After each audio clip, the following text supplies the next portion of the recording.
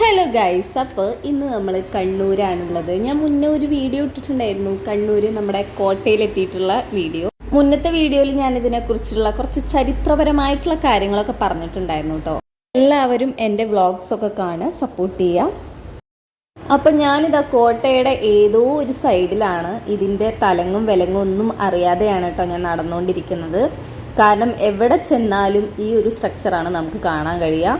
ഇപ്പോൾ അതാ ബാക്കിൽ കുറേ സ്റ്റെപ്പ് കാണുന്നുണ്ട്. ഞാൻ കുറച്ച് നേരം അതിലൂടെ കയറി, കുറച്ച് നേരം ഇറങ്ങി. സംഭവം ഒരുപാട് നടക്കാനുള്ളതുകൊണ്ട് തന്നെ നല്ല ക്ഷീണിച്ചിട്ടുണ്ട് കേട്ടോ. പക്ഷെ അതൊന്നും നമ്മളെ ബാധിക്കാൻ പാടില്ലല്ലോ. അങ്ങനെ എൻ്റെ കൂടെ വന്നവരൊക്കെ ഇതാ സ്റ്റെപ്പ് കയറി ഇറങ്ങി നടക്കുന്നുണ്ട്.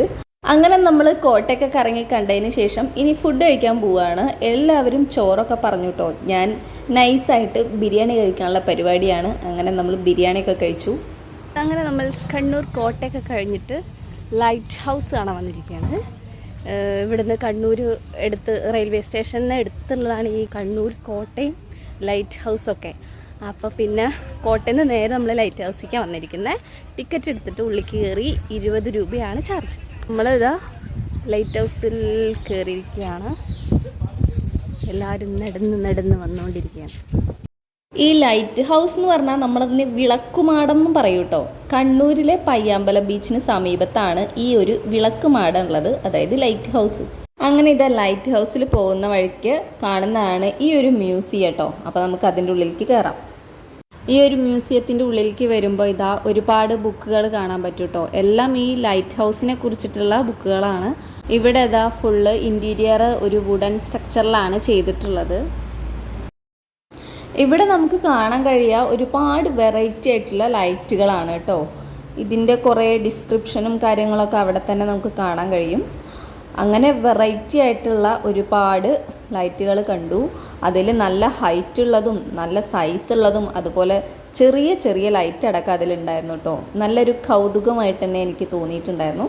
നമ്മളിപ്പോൾ പോയിക്കൊണ്ടിരിക്കുന്ന ലൈറ്റ് ഹൗസ് ഉണ്ടല്ലോ, അതിൻ്റെ ഒരു പ്രത്യേകത എന്ന് പറഞ്ഞാൽ 6 വോൾട്ടും 30 വാട്ടും ഉള്ള ആധുനികമായിട്ടുള്ള PRB 42 സംവിധാനമാണ് ഇപ്പോൾ ഉപയോഗിക്കുന്നത്. ജെ സ്റ്റോൺ ഇന്ത്യ എന്ന കമ്പനി നൽകിയ ഉപകരണങ്ങളാണ് നിലവിൽ ഉപയോഗത്തിലുള്ളത്. 1976 ജൂലൈ 25-നാണ് പുതിയ സംവിധാനം പ്രവർത്തനക്ഷമമായത്. ഈ കാണുന്ന ലൈറ്റ് കണ്ടോ, എത്രങ്ങാനൊരു സൈസാണെന്നറിയോ. ഒരു റൂമിൻ്റെ ഏകദേശം 3/4 ഭാഗത്തോളാണ് കേട്ടോ ഈ പച്ച കളറിലുള്ള ലൈറ്റ്. പക്ഷെ നമ്മളിപ്പോൾ കാണാൻ പോകുന്ന ലൈറ്റ് ഹൗസിൽ നമ്മൾ ഇതുവരെ എത്തിയിട്ടില്ല കേട്ടോ. നമ്മളിതാ മ്യൂസിയത്തിലൂടെ കറങ്ങിക്കൊണ്ടിരിക്കുകയാണ്. അങ്ങനെ നമ്മൾ ലൈറ്റായിട്ട് ബന്ധപ്പെട്ട ഒരുപാട് ഉപകരണങ്ങളൊക്കെ കണ്ട് നമ്മൾ ഈ ഒരു മ്യൂസിയത്തിൽ നിന്ന് ഇറങ്ങാണ് കേട്ടോ.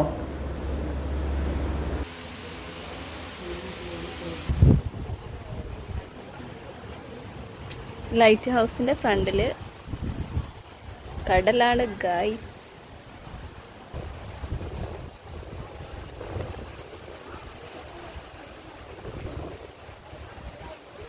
അങ്ങനെ നമ്മൾ ഫൈനലി ലൈറ്റ് ഹൗസിൻ്റെ ചുവട്ടിലെത്തിയിരിക്കുകയാണ്.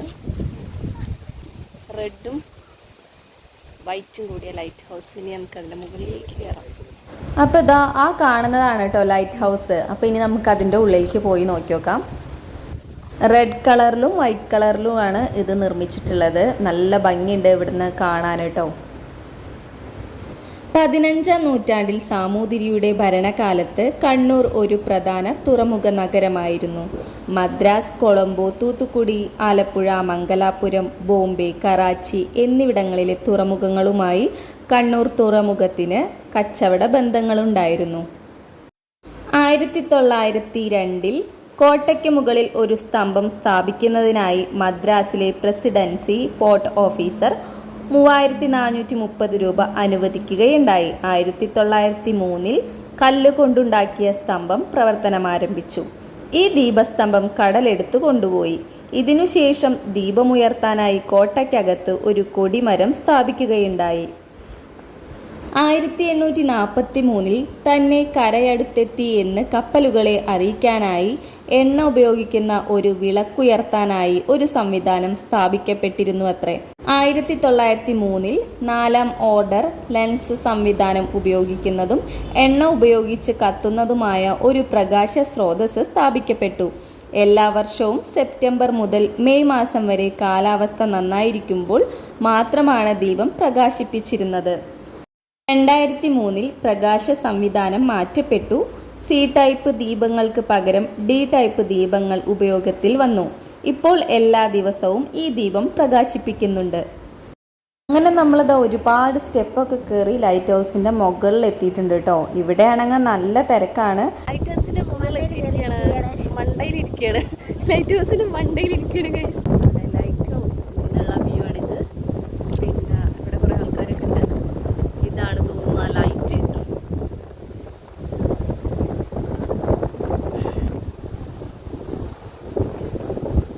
നല്ല കാറ്റാണ്. അടിപൊളി വ്യൂ ആണ്. സൂപ്പർ.